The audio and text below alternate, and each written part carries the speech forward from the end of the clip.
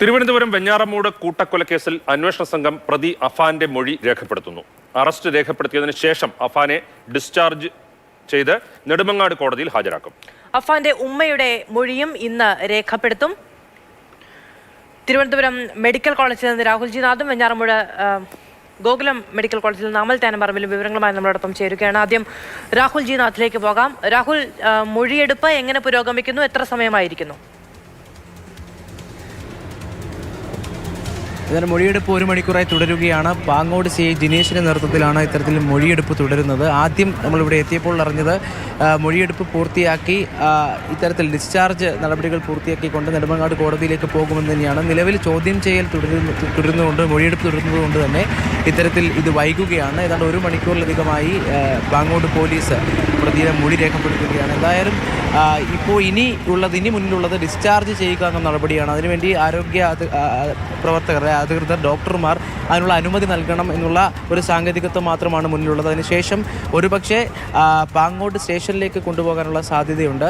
കാരണം ആയുധം ഉൾപ്പെടെയുള്ളവ പ്രതിയുമായി ചെന്ന് തെളിവെടുപ്പിൻ്റെ ഭാഗമായി എടുക്കേണ്ടതായിട്ടുണ്ട്. അതുകൊണ്ട് തന്നെ പോലീസ് അത്തരത്തിലുള്ള കാര്യങ്ങളിലേക്ക് തീരുമാനം കടന്നിട്ടില്ല. കാരണം മൊഴിയെടുപ്പിന് ശേഷമാകും ഇത്തരത്തിൽ ഡോക്ടർമാരുടെ അനുമതിക്കായി കാത്തു നിൽക്കും. കാരണം ഇന്ന് രാവിലെ ഇത്തരത്തിൽ അറസ്റ്റ് രേഖപ്പെടുത്തി നെടുമങ്ങാട് കോടതിയിൽ കൊണ്ടുപോകാനിരുന്നതാണ്. അപ്പോഴാണ് ഒരു ബ്ലഡ് റിസൾട്ട് ലഭിക്കുന്നതിൻ്റെ താമസമുണ്ടായത്. അതിനുവേണ്ടിയുള്ള കാത്തിരിപ്പായിരുന്നു രാവിലെയെങ്കിൽ ഇപ്പോൾ മൊഴിയെടുപ്പ് തുടരുകയാണ്. നിലവിൽ പാങ്ങോട് CI ജിനേഷ് ഉള്ളിലുണ്ട്. ജിനേഷിൻ്റെ നേതൃത്വത്തിൽ, CI ജിനേഷിൻ്റെ നേതൃത്വത്തിലാണ് മൊഴിയെടുപ്പ് തുടരുന്നത്. അമൽ തേനമ്പറമ്പിൽ വെഞ്ഞാറമൂട് നിന്നുകൂടി നമ്മളോടൊപ്പം തുടരുന്നുണ്ട്. അമൽ, ഈ ഷമിയുടെ ആരോഗ്യാവസ്ഥ എങ്ങനെയാണ്? പോലീസിന് ഇന്ന് വിശദമായ വിവരങ്ങൾ ഷമിയിൽ നിന്ന് ശേഖരിക്കാൻ കഴിയുമോ?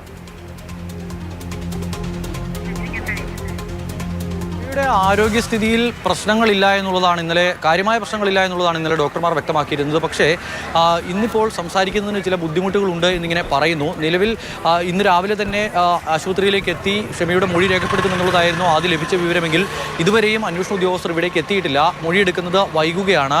ഒരുപക്ഷെ സംസാരിക്കാൻ ഷമിക്ക് കഴിയുന്നുണ്ടെങ്കിൽ കൂടി തലയ്ക്കൊക്കെ മാരകമായ മുറിവാണ് ഏറ്റിട്ടുള്ളത്. ചുറ്റികൊണ്ടുള്ള അടിയാണ്. അപ്പോൾ സ്വാഭാവികമായും അതിൻ്റെതായ പ്രശ്നങ്ങളുണ്ട്.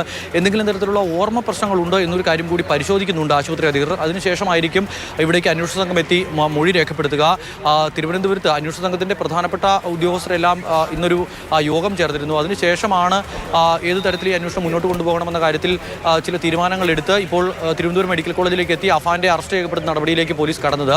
അപ്പോൾ ആ നടപടി പൂർത്തീകരിച്ചിട്ടുണ്ടെങ്കിൽ ഒരുപക്ഷെ ഗോകുലം മെഡിക്കൽ കോളേജിൽ ചികിത്സയിൽ കഴിയുന്ന പ്രതിയുടെ അമ്മയുടെ മൊഴി കൂടി രേഖപ്പെടുത്തുന്ന നടപടിയിലേക്ക് പോലീസ് കടന്നേക്കും. നിലവിൽ എന്തായാലും പോലീസിനെ സംബന്ധിച്ചിടത്തോളം ഒരു അല്പം കടന്നുള്ള ചോദ്യം ചെയ്യലിലേക്ക് പോകാൻ കഴിയില്ല. ഈ ഉമ്മ പറയുന്നതനുസരിച്ചാണെങ്കിൽ ബന്ധുക്കളോടൊക്കെ സംസാരിച്ചപ്പോൾ പറഞ്ഞത് കട്ടിലിൽ നിന്ന് വീണ് പരിക്കേറ്റു എന്നുള്ള കാര്യമാണ്. പോലീസ് അത് വിശ്വാസത്തിലെടുക്കുന്നില്ല എന്ന് മാത്രമല്ല, അത് പോലീസിന് അതല്ല എന്ന് തെളിയിക്കാനുള്ള കൃത്യമായതിനുള്ള വിവരങ്ങൾ ഉണ്ട് താനും. പക്ഷേ അത്തരത്തിലുള്ള കാര്യം വീണ്ടും അവർ പോലീസിന് മുന്നിൽ മൊഴിയായി ആവർത്തിച്ചിട്ടുണ്ടെങ്കിൽ എങ്ങനെ കൈകാര്യം ചെയ്യണം എന്നുള്ളതാണ് പോലീസിനെ അലട്ടുന്ന ഏറ്റവും പ്രധാനപ്പെട്ട പ്രശ്നം. പക്ഷേ ഇപ്പോൾ ആശുപത്രിയിലാണ് കിടക്കുന്നത്, പരിക്കേറ്റ് കിടക്കുന്ന ഒരാളാണ്. അപ്പോൾ അവരുടെ വിവരങ്ങൾ ചോദിച്ചറിഞ്ഞ് മടങ്ങുക മാത്രമേ നിലവിൽ പോലീസിന് മുന്നിലുള്ള വഴി എന്ന് പറയുന്നത്.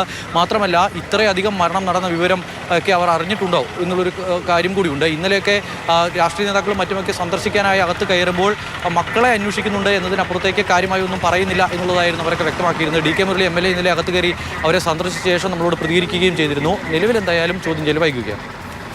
ശരി, അമലും രാഹുലുമാണ് വിശദമായ വിവരങ്ങൾ നൽകിയത്. 2 പേരിൽ നിന്നും, അഫാനിൽ നിന്നും ഷമിയിൽ നിന്നുമുള്ള മൊഴിയും വിവരങ്ങളും ശേഖരിക്കുകയാണ് പോലീസ്.